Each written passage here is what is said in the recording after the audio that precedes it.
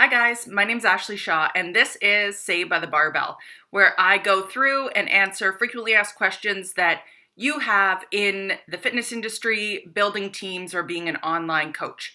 So the question I want to answer today is, how do I build a successful team?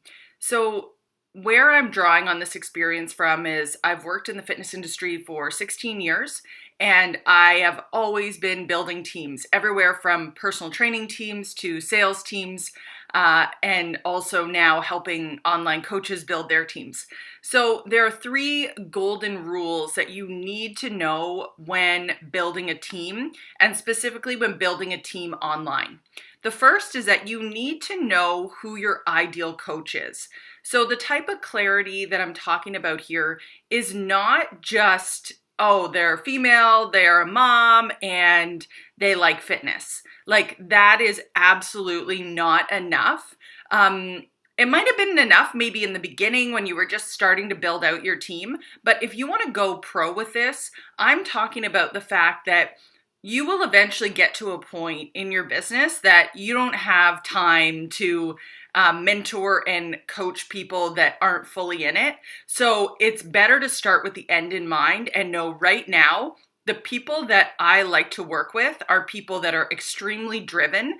Typically, these people are entrepreneurs. They've owned their own business. They've been involved with some sort of sales, network selling before. Like, you need to know really the specific, down to the specific industry that they're in, who you're going after and who you're targeting. And this will absolutely save you time in the end, because you won't end up adding people to your bus that are just slowing it down.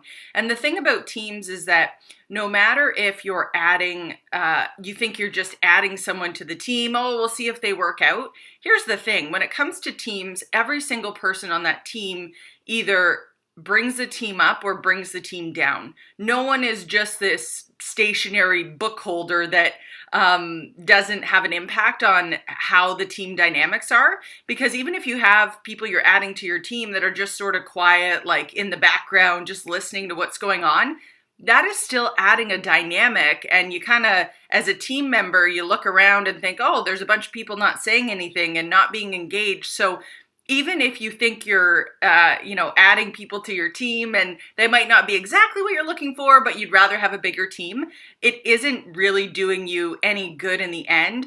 You always want to know who your ideal coach is and spend your time with those people, because if they have those natural skill sets that you're looking for, those are so much easier to be able to groom and to be able to develop than adding people that really just aren't that ideal coach. And the fact is, your ideal coaches, the ones that are the ones that typically grow and get bigger and do more things, those are the ones that expand your business. It's not the ones that just sit on the sidelines and don't take action.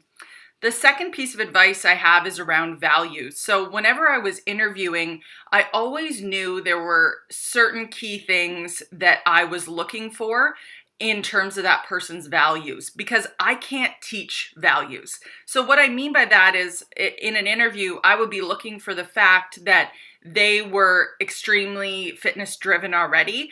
Sometimes I would interview people and they would say, oh, like, I'm not into fitness, but I plan on getting into it by applying for this job. And I can't teach you to be passionate about fitness. That's just something that you have to be passionate within yourself.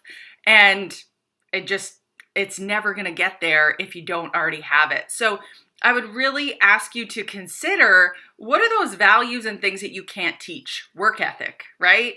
That love for fitness, that passion for helping people. There's a list of those things that you need to get really clear on with your values. That's going to enable you to add people to your team that will think like you, they'll act like you. And I'm telling you, when you work with those people, you'll feel like, oh, I've been lifted up, instead of this really is feeling draining and sucking the life right out of me.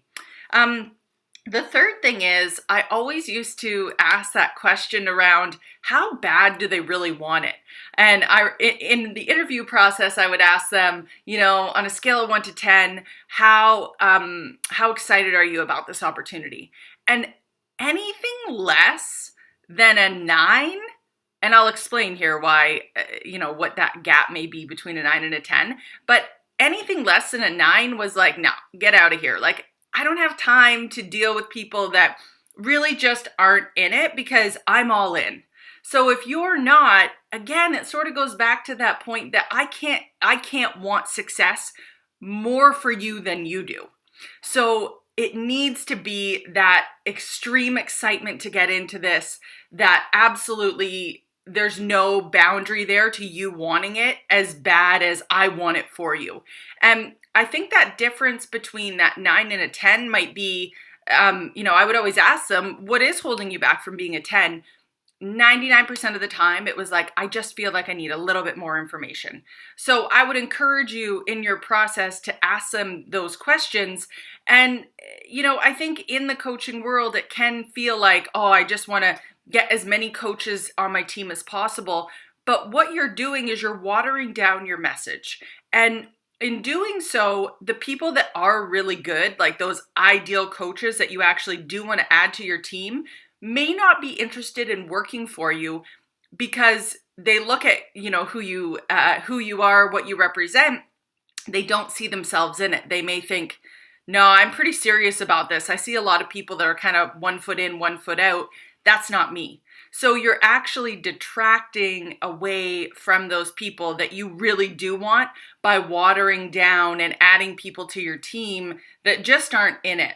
Stay tuned for more videos on frequently asked questions and how you can build your coaching business. And make sure to join a Facebook community full of like-minded fitness entrepreneurs working on building their online coaching business. Thanks for watching.